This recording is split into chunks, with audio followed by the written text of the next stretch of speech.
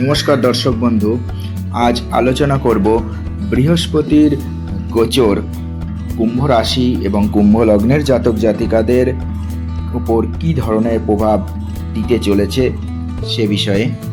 তো 14ই মে 2025 অলরেডি বৃহস্পতি মিথুন রাশিতে প্রবেশ করে গেছে এবং এই মিথুন রাশিতে বৃহস্পতির অবস্থান হবে 18ই অক্টোবর 2025 পর্যন্ত। তো এই 14ই মে থেকে 18ই অক্টোবর এই কয়েকটি মাস বৃহস্পতি অবস্থান করবে মিথুন রাশিতে। এই মিথুন রাশির ঘরে বৃহস্পতির অবস্থান আপনাদের অর্থাৎ কুম্ভ লগ্ন এবং কুম্ভ রাশির জাতক জাতিকাদের সাপেক্ষে পঞ্চম স্থানে অবস্থান। তো পঞ্চমে বৃহস্পতির গোচর কুম্ভ রাশির জাতক জাতিকাদের জন্য গুরুত্বপূর্ণ এবং সাধারণত ইতিবাচক বলেই বিবেচিত হয়।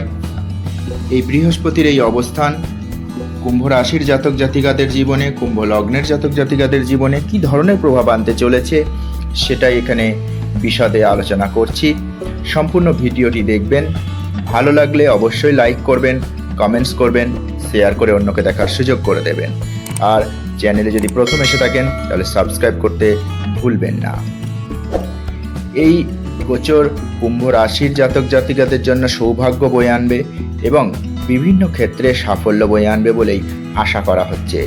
পেশাগত সাফল্যের সুযোগ তৈরি হবে। এই সময়ে আপনি আর্থিক লাভেরও আশা করতে পারেন। শিক্ষাগত ক্ষেত্রে আপনারা যথেষ্ট ভালো সময় দেখতে পাবেন এবং সাফল্য পাবেন।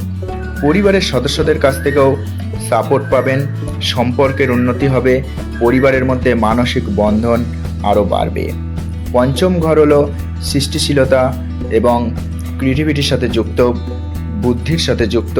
এখানে বৃহস্পতির উপস্থিতি অবশ্যই আপনার সৃজনশীলতাকে আরও উন্নত করবে এবং এটা আপনার প্রেম ও রোমান্সের জন্য অনুকূল সময়।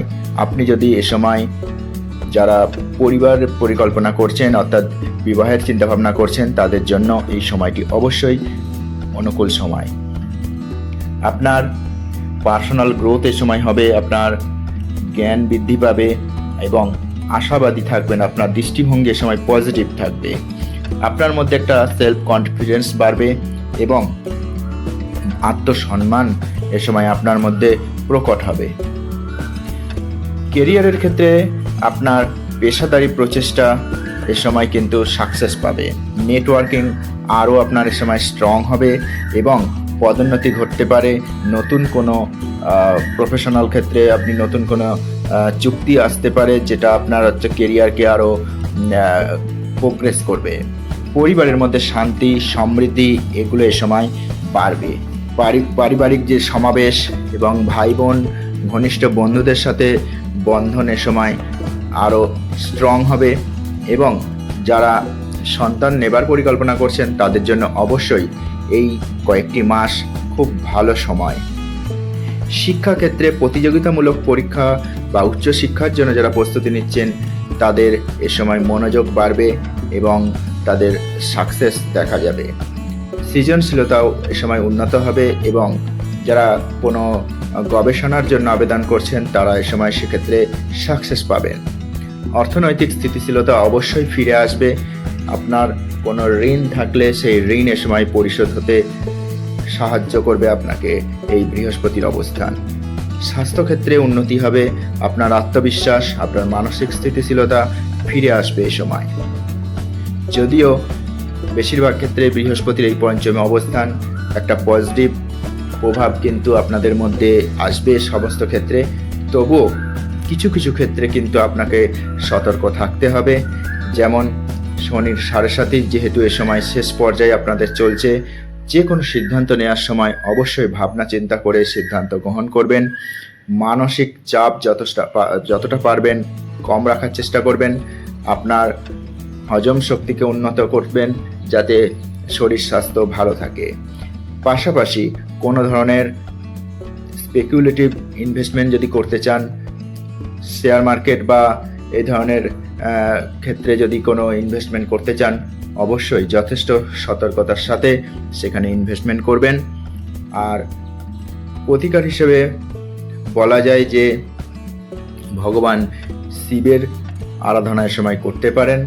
আপনার মনোবলের সময় আরও বাড়বে। আর অমাবস্যার দিন অবশ্যই পূর্বপুরুষদের কাছ থেকে আশীর্বাদ প্রার্থনা করবেন, যাতে আপনি আরও স্থিতিশীল এবং আরও সমৃদ্ধির পথে এগিয়ে যেতে পারেন। সামগ্রিকভাবে এই গোচর আপনাদের জন্য অনুকূল সময় বলেই ধরা হচ্ছে এবং জীবনের বিভিন্ন ক্ষেত্রে এ সময় অবশ্যই বৃদ্ধি, সাকসেস এবং সুখ শান্তি দেখতে পাবেন।